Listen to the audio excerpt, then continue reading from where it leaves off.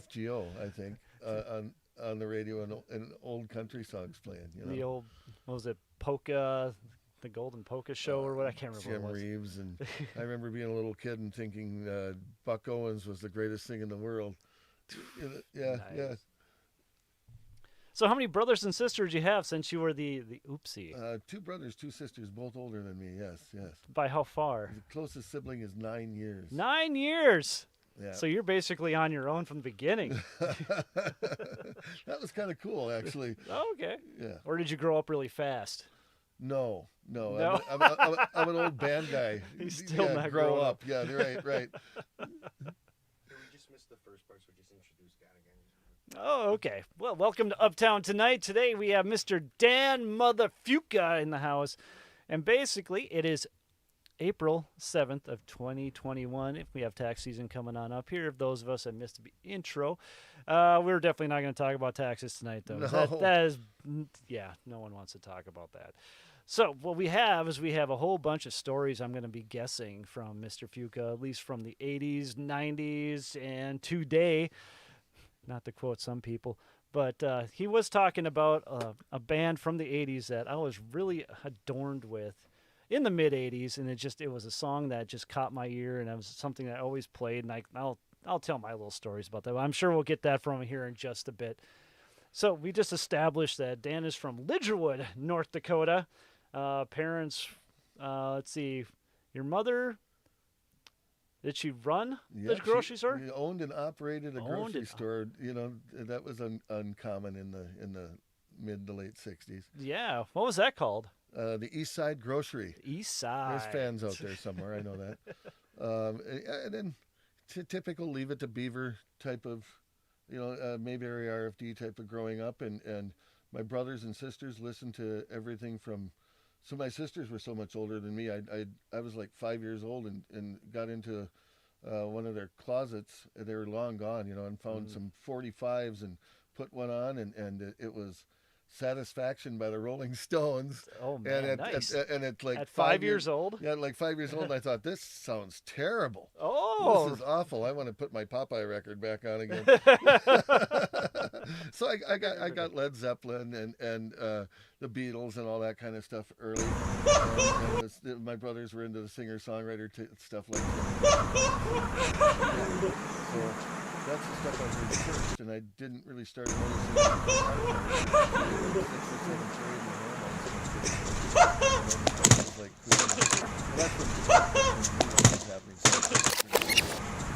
So interesting. So what years would that be? Can we ask that question? That'd be 76, 77. Oh, okay. So I was still a babe, but that's all right.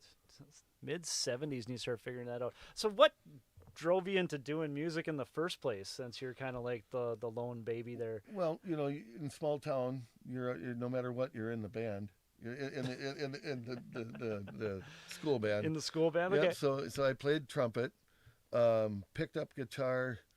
I don't know. I think it was probably about 13 or so, and didn't start really doing anything with it until I was about 15, maybe. But at 13, I saw. Sitting at home and watching Woodstock on TV, the movie, and then the Hendrix part came on with Star Spangled Banner, and I went. That just put a light bulb off in my head. I want to make noises like that. And the love began. Yes, with an They showed acoustic guitar Woodstock with 5 on strings. TV? Nice. They showed Woodstock on TV. Well, the movie, it was Yeah. on PBS. It was I got it on Laserdisc right over Yeah, there. Two it different was styles. showing on PBS. Yeah. PBS. Okay. I don't know. The only time I actually watched, I just remembered When the you're naughty 13 parts. and you see that Santana Soul Sacrifice thing with him freaking out on acid, you think he's kind of possessed when you're 13. Oh, that would still be. Yeah, that would still be pretty fresh though. 'Cause, yeah, it's 69. That would have been less than 10 years then. Yeah. I guess. And then, I started trying to learn how to play guitar, and that was just, a horrible experience when you're in a small town and there's no YouTube or anything like that, I learned like 2 chords and then went and got some books, and the Mel Bay things, and they just weren't doing much for me. And then I got a couple books that had the songs from the Times in there that were, like My Sharona and stuff like that, Yeah. and some Tom Petty stuff. And so I started learning some songs, and I had my bedroom window open one night playing my guitar, and then the next day at school, some girl walked up and said, "Were you playing Your Number or Your Name by the Knack last night?" And I said, "Yeah." And she said, "I heard that. I like that." And then another light bulb went off in my head. Oh, wait. This attracts women too. We have someone here. Virginia says, "Woohoo! Hi, Dan. Trying to see your T-shirt." It's What's Dan's T-shirt? nothing special. No, it's not. It's actually not even a real event. No. Does it say Vintage Music Fest? Yes, it's a Coles T-shirt. Oh, okay. Yeah. Well, still. So somewhere there's a generic vintage music festival out there somewhere. Because normally Dan will have on his Epic Cat T-shirts. I always see him on stage with those, and I was hoping he'd wear one tonight, but I should have. Oh well. So many choices. I'll just give you a chance when you actually get to go out and see him live. You can check out his awesome cat T-shirts. He's got a ton of them too, so it's If never the people same don't one. know, Wade and I played together in a band, and that was a wonderful experience for it me was playing awesome. with Wade. By the way, I loved guy's awesome. loved playing with Wade. Had a great time playing with Wade. We both were kind of fish out of water. Yeah, in that's that true. experience, and we were both trying to swim, and it was a great learning experience, and I had a great time, and a lot of that was due to you, So thank you, I sir. appreciate it. No, yeah, you were a great person to play with too, because it was with this band actually, Irish Whiskey, which I don't believe is running anymore. I wish they would be, but that's a whole different story. On itself, they had an interesting idea when they're coming into doing this red dirt music from the red dirt area of the United States, and I don't know, I thought it was really unique, and the music was great. Yeah. We had a good time until, it ran its course. But let's Hello get back to from Dan. Red Monk, and Wolf Girl says hello. Oh, how we Hi. doing, Jerry? And Mr. Peter. Love you guys. Cool. So who was your first teacher then, besides yourself? After myself, I went to the North Dakota State School of Science for liberal arts and began taking some music classes. And I got into the stage band there and the Wildcat Singers, not as a singer, but as an instrumentalist, not as a singer. Okay. And so I knew like 12 chords total, and I'm playing I'm just totally over my head. And I'd look at this music and go, oh, I have no idea what an A flat minor 7th add 13 is. It's a good Can I learning just play an A experience. flat minor here? and so that was kind of that experience that taught me more about. I took a theory class, Okay. Which I attended most of the time, from Tilford Crocius, who must be elevated right now. We must talk about Tilford. Tilford Crocius was at that time the music director of the North Dakota State School of Science. Tilford is a gregarious human being. He's a wonderful guy, and he was probably the best. He and my grade school and high school teacher, music teacher Michelle Cadoon, Tilford and Mr. Cadoon made music interesting and entertaining, and made you want to do it. Tilford Crocius the way he taught was great, because instead of sitting down and listening to Liszt and Chopin and everything like that, he might play a little bit of that for you on a record, Okay. and then he would go and put on a Beatles record and say, these are the same chord changes right here, or this is the same melody right here, and or this is the same type of harmony right here. So everything that he taught, he would reference back to the Beatles. He'd sit at the keyboard and he'd say, down, play a chord and go, now, how does that sound to you? Does that sound good or does that sound bad? And everybody would say, oh, that sounds kind of bad.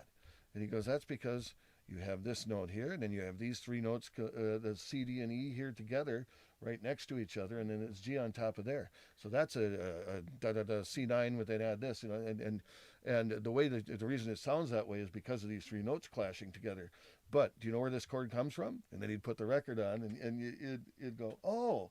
So as a young person, that made me immediately go, I want to hear this stuff in the list, these things in the stuff that I'm listening to. And so it suddenly made a big connection for me that, okay, the stuff in this book is on this fretboard.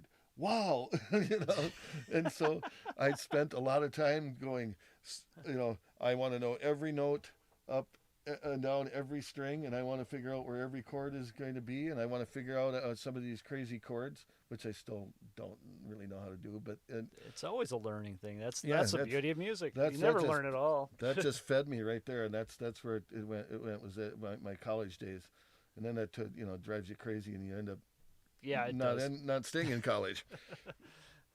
Oh, so you're saying you didn't make it all the way through? Not the first time, no. Oh, that's fine.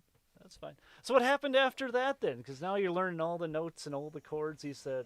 And they still sucked. Yes, still sucked. Still very much the humble sucked. Dan. And then I met all sorts of people that played music at State School of Science, and I ran into the Delphs brothers, Mike and Ted Delphs, who had a little band from their hometown in Langdon. And that's where my mom came from, actually. Their bass player had to go do like a year stint in the Navy or something. Okay. And so they needed somebody to play bass. And so I said, well, I suppose I could do that, and they let me do that. I had no bass. Tilford, I will tell you this story. You might know already, but if you don't, I'll tell you this story. I didn't have a bass, but the music department did have a bass. So whenever we had gigs, I would sneak into the music department and grab the 70s fretless precision bass and run out the door with it and play gigs with it. Beautiful. And playing on a fretless for your first time having to play a bass, Sorry, it's Tilford. A learning curve right there. I never dropped it, never heard it. I took good care of that thing. I hope you still have it. If you do, I'd like to buy it. So your first quote-unquote professional shows were playing bass? Yes. Oh, I never would have guessed that. Never would have guessed it. The way this guy shreds, I just would have assumed that he just came out of the womb that way. Then their bass player came back, and their rhythm guitar player was going to quit because he wanted to actually finish college. Jim Norwood. So I then became the rhythm guitar player for a while, and we hooked up with, we tried to tickle the interest of GMA, which was a booking agency out of Minneapolis. Okay. That was very coveted at the time. Everybody wanted to book with GMA. And we were just dumb young kids that didn't know what we were doing, but we did start getting some gigs through them. And at some point, I was playing rhythm guitar and just some keyboards. So our Mike, who was the lead singer, was typically changing the keys, but then he'd get out front and sing on some songs, and I'd play some keyboards, right? So you know how to play piano as well? Where did this come into play? Not very well. No. It was basically GMA saying, we want this guy out front. We need somebody else to play keyboards. Who can play keyboards? Well, I had like a year of keyboards. Piano lessons when I was 7, Oh, okay.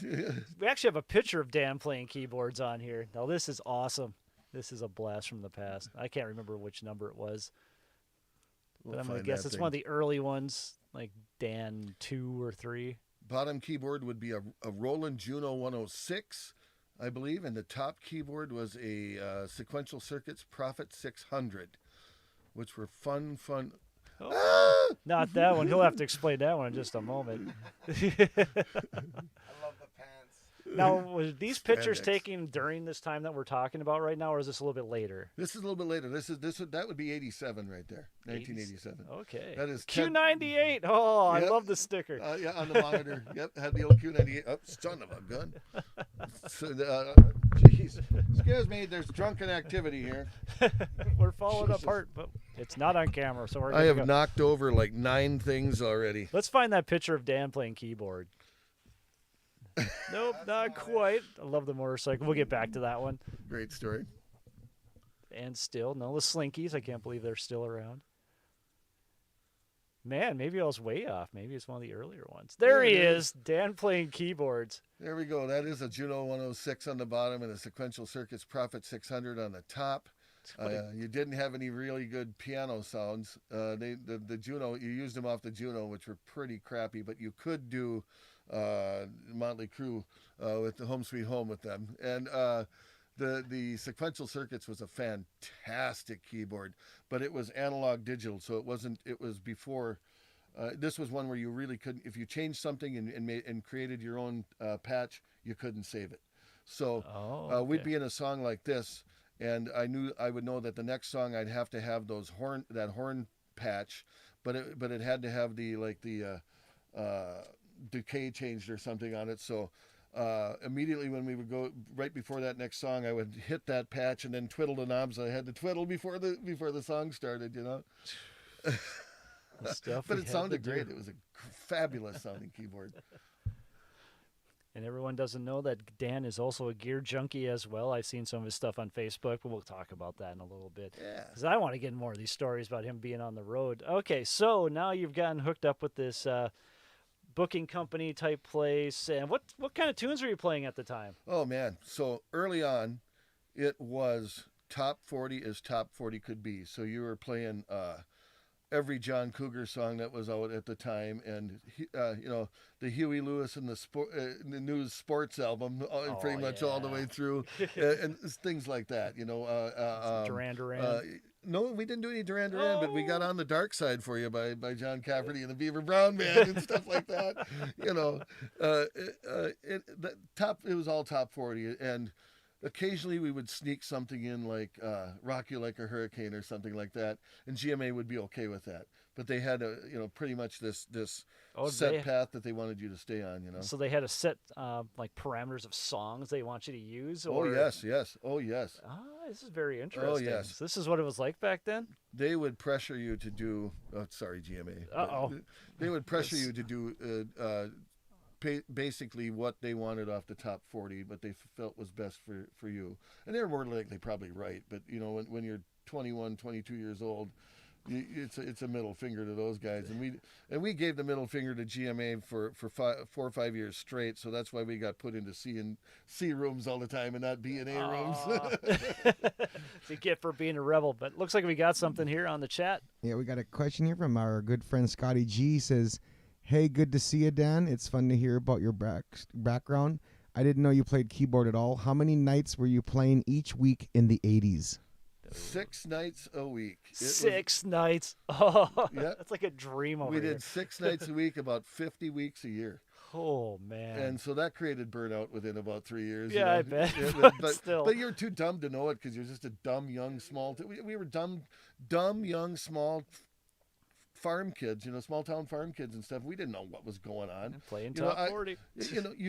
I was too dumb. I tell my fiance this all the time, and she likes this, but I was way too dumb to even know when somebody was trying to pick me up at the end of the night.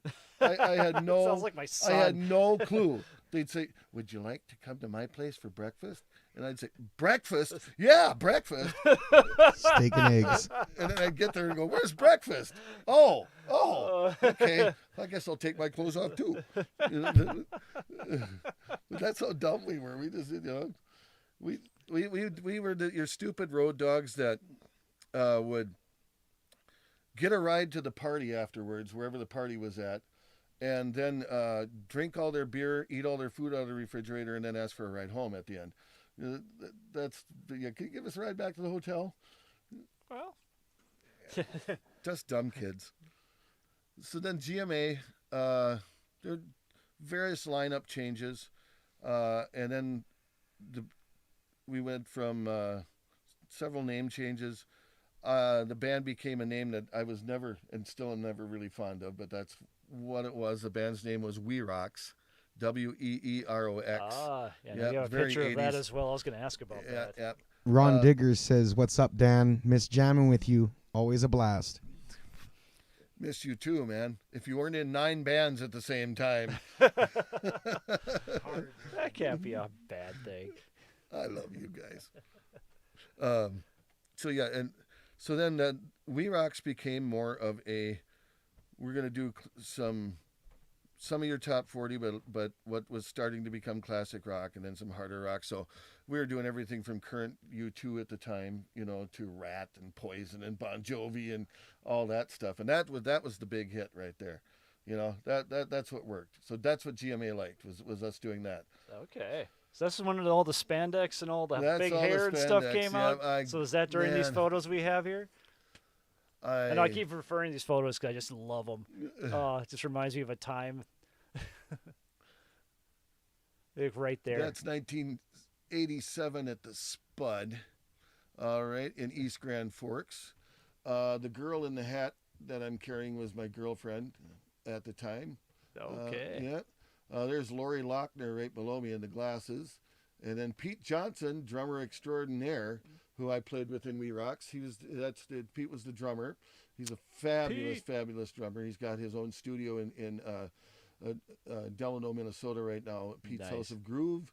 Next to Zan there, on the left, that girl with the big hair there, that's Jill. She was a singer in a band at the time.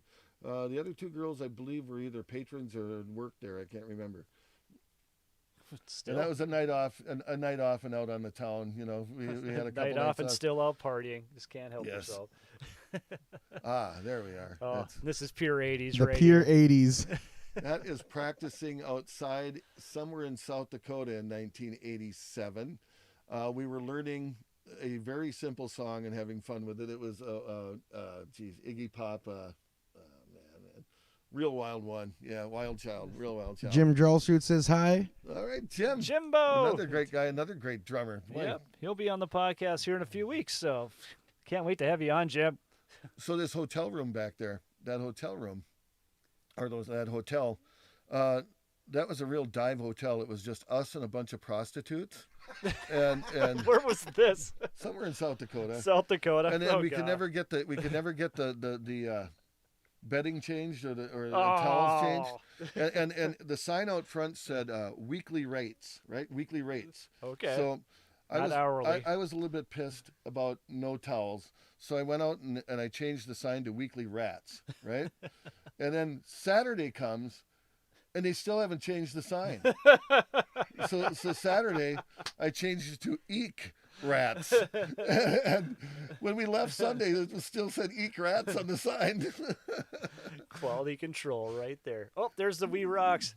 The big old Yeah, banner. that'd be one of the last versions that I was in. That'd be 1988 in, I believe that is Virginia, Minnesota. Virginia. Is that you on the left then? Yep. And then Dean Fiala on bass. He's doing the vocals on that one. Drummer on that one was Beaker. Beaker. Yep. And then the guy on the right it's his real name, man. Johnny Fazer. Nice. Yeah, that's his real name. Originally from Minot, North Dakota. One of the nicest guys you'll ever meet. Great guitar player. Great guy. Oh, we've Keyboards. already talked about Dan, this keyboard. I still love that undershirt you have over the big white one. That's It's it, so and Miami Vice, it's not even funny. And that's the long tail jacket there with Shy Boy. That's Kenny Reardon on guitar and Doug Newman on vocals. Oh, Kenny Reardon from Marguerite's? Yes, that's Kenny's. Oh, Kenny's wow. left arm right there, man. Nice. And Mike Delf's on drums. So this Mike Delf's Mike Delf's was a guy that could sing Boston, and you'd look at him and you'd think he's thinking to himself, "I wonder if I did laundry yesterday or not." You know, he could hit these high notes with no problem whatsoever. He could play keyboards, piano. Yep. He could play drums. You know, it's one of those type of guys. It's just You know, those guys that can do it. So here's Shy Boy, and that's Mike on drums there. Nice. And that was the street band. One quick little gig there with Noel. Is that you playing bass then? That's a bass. That's that Charvel 4B I had for a long time. That I got from Marguerite's, which was $900 brand new, and then grunge hit, and I ended up selling it for $350. Oh. Nobody wanted to touch those crackle finish things, you know. Oh. When grunge came in, are you kidding? It's not a Fender Jaguar. That's my old Ibanez Blazer from 1980. I still have it. It doesn't have the red finish on it. It was natural finish originally. Then it was painted fire engine red. And then I got burned out on the road and scratched a bunch of stuff into it. Then I had it refinished to natural finish. Now there's no finish left on it. Okay. That's Grand Forks, I believe. That's Pete Johnson on drums. Okay. Ted Delf's on guitar. Ted was I don't know if he's still with the band, but he was the guitar player for Ramones band, The Great Outdoors. Oh, okay. For some time. And Ted, Nice. Ted still is probably one of my favorite guitar players, very meticulous. He's a tiny little guy, but he would sit in his hotel room with a reel-to-reel back in the 80s. Nice. And make sure that every single note of every single solo was perfect every single time. Wow. So, like, I remember him sitting in his room for about a week straight learning the solo to jump and then coming out and go, is this right? Yeah. Great player. Beautiful. South Dakota. Yeah. Now, is that a moped or a motorcycle? I think that's a moped. That did belong to the hotel. Belonged to the hotel. Okay. They were letting us drive it around the parking lot. Different times, people. Different times. Hey, so that's what I'm talking about. Dumb kids. Instead of hey, let's go find somebody that's got Coke. We were like, hey, can we ride your moped around for a while? That would be awesome. Still. We were so stupid. Nice. Well, we got some of your stories from the road, but I really want to get to this before we run out of time today. That's some Night Ranger. What happened with Night Ranger? Okay, this is a great story. No that should go Sister down in Christian. history. I just remember that song when I first heard it on the radio, and I remember just waiting for that song to come on again. And I was even drawing pictures of the band, and I didn't even know what they looked like. I was just being weird. Of course, I was probably in 3rd or 4th grade at that point. Too, so. So we were playing in Billings in '87, and week-long gig at this giant bar called Grandma's. So it's not the restaurant, but this gigantic, huge bar. It was like, are we at a mall or a bar? Where are we here? The stage was one of the largest ones I've ever been on, right? Huh. And so they weren't really digging us too much, the management. But the place was, the dance floor was always full, right? Okay. So they play both kinds of music then? No, I think they wanted something a little different than us. I don't know what. But it still was going good. We had packed dance floor all the time, right? Every night, 6 nights a week. So 6 nights a week. Yeah. Still. So during the week, beginning of the week, it started that there were these two girls, these two blondes with big blonde hair. One would go up on one side of this huge long stage, and the other would go up on the other side, and then they would like go dance, in these mini skirts. I thought, is this what goes on here normally? This is cool, right? So, then during the week, there's this guy that came out that we started calling Spicoli, because that's what he sounded like, and he wore like a blue terry cloth, like a surfer shirt and stuff, and he'd like, dude, later this week, man, I'm coming out here this weekend with my limo, man. I've got a limo, and you and I, we're going to party, man. All right, Spicoli, sure. And he'd say that the next night, he'd be on the dance floor. We're going to party, man, this weekend. I'm bringing my limo. That's awesome. So I think it was, Friday night comes, and we get done playing. I get back to the hotel room and take off my superhero costume. And get back into my street clothes, and I'm sitting there watching TV, and all of a sudden there's on the hotel room door, like frantic, and I open the door, and it's Pete, the drummer, and he goes, come on, you got to come out here.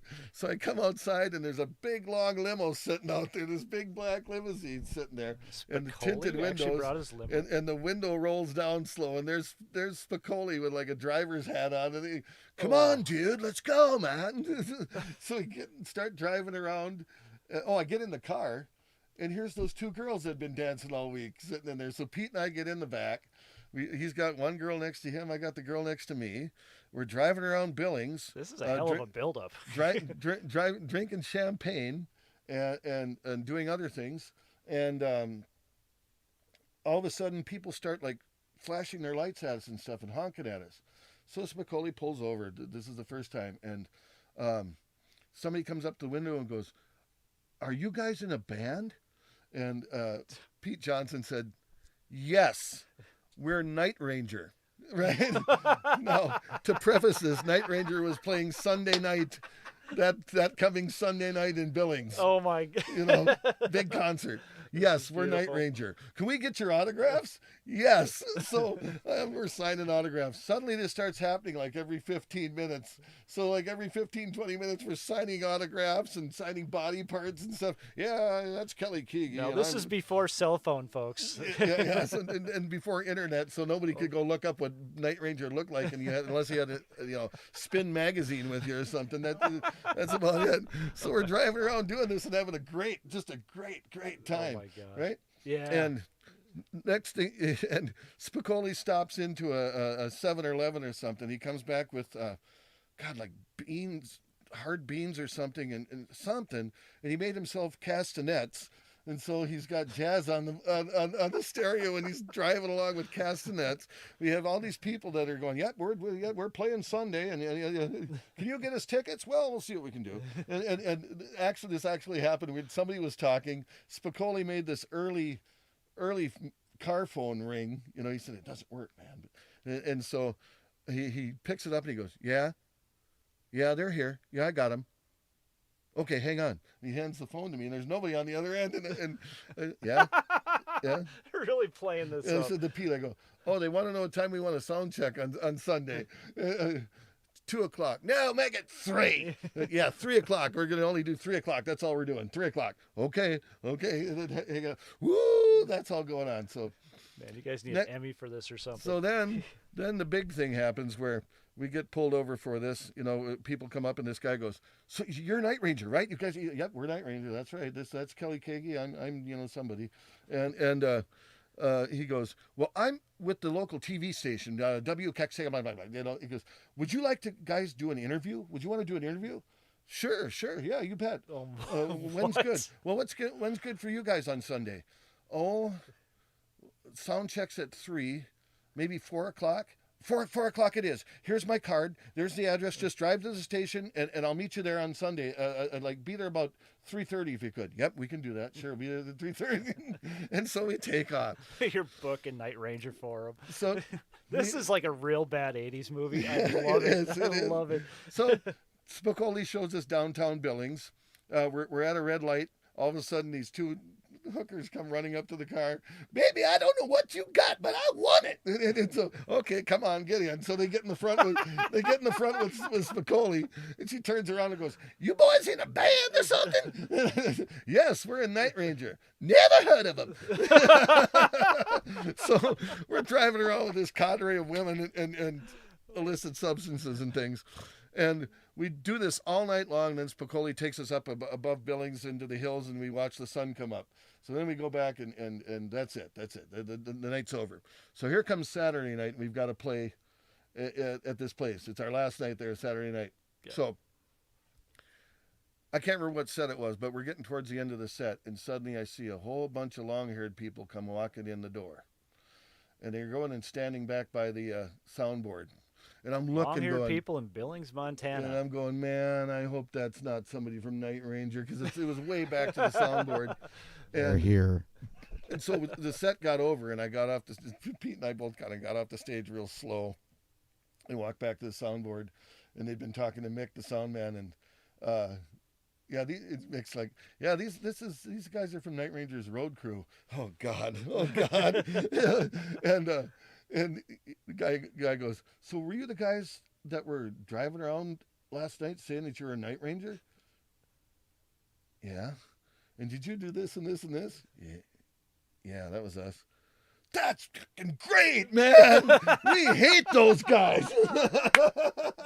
So here, dress in purple at the, we'll get you to the sound check. Dress in purple, we'll get you tickets and da-da-da-da. So we got tickets. Oh, You know, for all and- that, you even got... and went to the concert, So watching Night Ranger at the concert, knowing that you guys missed a TV interview, and it's our fault. So that's the story. That is awesome. So even just going out and just basically... I don't see how that's even legal, but, I can't see how it's illegal either. But still, I mean, you're just out making a menace of yourself, and you just get rewarded like that. That is awesome.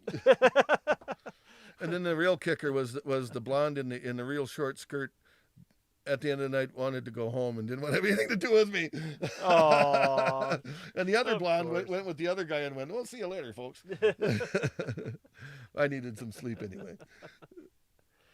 That's beautiful. So what are you up to these days? All right. Well, after a year of doing a lot of nothing, like you saw, I COVID's time. started purchasing a few guitars and amps because I thought would work for studio work, because I really wanted to see if anybody wanted just somebody to put guitar down on any recorded stuff. And I was like, anybody needs anybody to record any guitar, and then still that's still out there. You need anything on your recording, just let me know. If I can do something that's okay for you, I'll do that. But that's what I started getting all that stuff for. I was thinking that I bet you I'm never going to play again. I was I bet you that'll never happen again. Yeah. And now, just recently, it just came together real fast. I've joined a brand new band called Tripping Leslie, which Tripping Leslie. There Leslie. we go. Better use the Z in there. Leslie, I guess that Okay. sounds better. Female singer, that would be Ami Nowacki, who has a fabulous voice, great personality, and so everybody in the band gelled real well with her right off the bat. Chris Olson on bass, Matt Olson on guitar and vocals, Brandon Carlisle on drums and drummer yelling vocals, and then myself on some vocals and skronk guitar, loud guitar. And that's about it. But it's fun. It's great. I love what we're doing. I love what's happening. I love how it feels. Everything's coming together real fast. It'll be nice to play again. Awesome. Very awesome. What kind of tunes are you guys playing then? Try to do a variety of stuff, Okay. I don't know if you'd call it a BITZER list or anything like that, but it's everything from like Alanis. It's not a lot of '90s stuff like Alanis Morissette and Meredith Brooks and Alanis. Well, I'm trying to think of some more of these things. A lot of that stuff, a lot of female singer stuff, and then '90s stuff that probably you guys are doing right now too. Okay. And then some country, Miranda Lambert and stuff like that. All right. So you're just trying to cover the whole, or at least all the bases there. Yeah, So. and then anything that's even slightly danceable, even disco-y or like today's R&B or something like that is still fair game too. So Excellent. So the Matt Olson, did he graduate from Moorhead High too? I wonder if I know who this person is. I think he did. He and Brandon are seem to be good buddies. Okay, have so known I each wonder if other. that's the Matt Olson. I don't know if he was in our grade. It's been too long now. But Matt, if you're listening at all, I say hi. I've If got it's the his same person I'm graduation thinking of, picture and on my Brandon, of phone, course, I so- say hi. I've got his graduation picture on my phone if you want to see that. Maybe. Oh, well, maybe so. Yeah. Maybe In fact, so. I've got other pictures of Matt on my phone if you want to see those too. Oh, that's not fair. we call Chris and Matt, Chris Olson and Matt Olson. We call them the Olson twins. So that's Maddie, Kate, and Chrisley. Oh, now they're gonna hate me. Love you. All right. Well, we need to find out what's going on this weekend anyway. So, Cito, what's happening out there? Hey everyone, how y'all doing? This is a great show going here with Dan Fuka. I think we got a lot of response. I got a question though first here. Pete's House of Groove. He wrote, I wasn't sure. He said, "Hey Dan, please tell the story about when you changed the sign at the crappy hotel." Now, did you? Yeah, was that the one? Yeah, okay. yeah. I didn't want to say it was nothing, but I think that was what you did. Eeks So rats. Eeks rats. Yeah. Eek rats. Yes, in Kashmir there was a good sign change too, where it said this weekend live music, and at first I changed it on one set to this weekend evil music, and still nobody noticed it. So I took the D off of the weekend and then changed it to this weekend devil music, and still nobody noticed it. I snorted.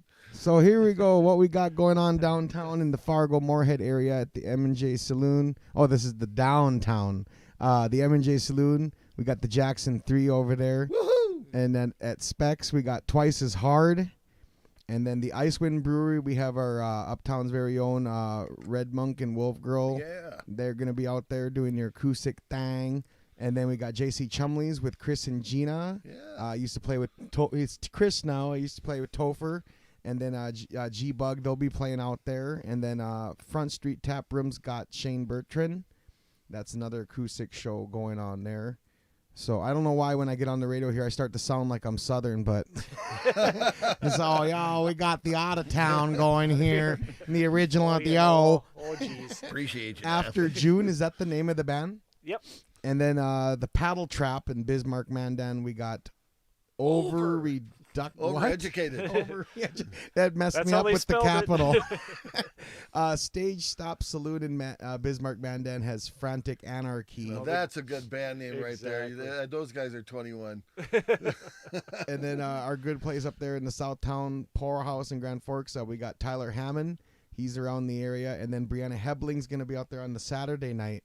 So make sure you go out there and check her out. And we got here at the Uptown with Windbreak, we got Tyler Hammond playing on Thursday night. And then 32 Below will be out there Friday. Tyler Hammond on Saturday. And then at the Shooting Star, the Front Fenders are going to be there Friday and Saturday. And at the Tax Center, we have the Jackal rescheduled show. And then, of course, on the TAC, we got Esplendor. I love that. Esplendor. Esplendor. Make It sure all you go looks out there good. and dress your best, okay? And that's it for me. We got the Cedo Cam here. I was just going to say hi. Me and Wade here. So, all right.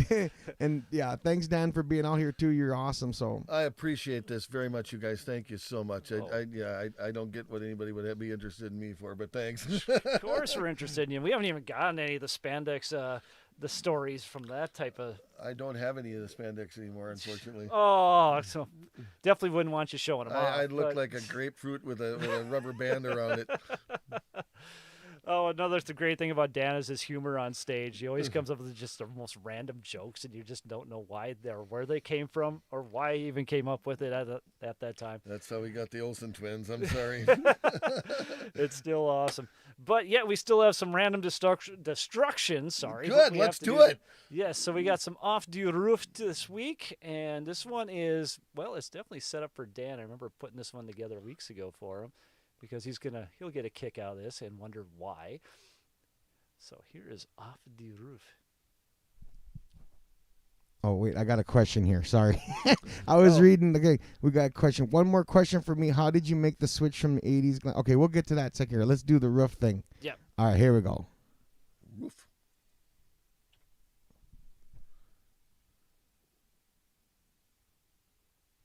That's a vacuum cleaner. Vacuum cleaner wars? What are we doing here? It's not a Hoover. It's not a Hoover. Look out! Look out! Get down! Look out for the vacuum cleaner! You really got it slow now. Oh, this is Maria! my Look out for helpers. the vacuum cleaner! Get in the chopper! Now, why would you throw a vacuum cleaner off the roof? I heard that's... It's if not you about look at the sucking. instructions... Oh, you that's a can- good one right there. I like that one, the way it bounced. Look at that. And that cord is still hanging on. Oh, reverse. Yep. She bent, but she wouldn't snap. I've heard that about her. Can't- Aha.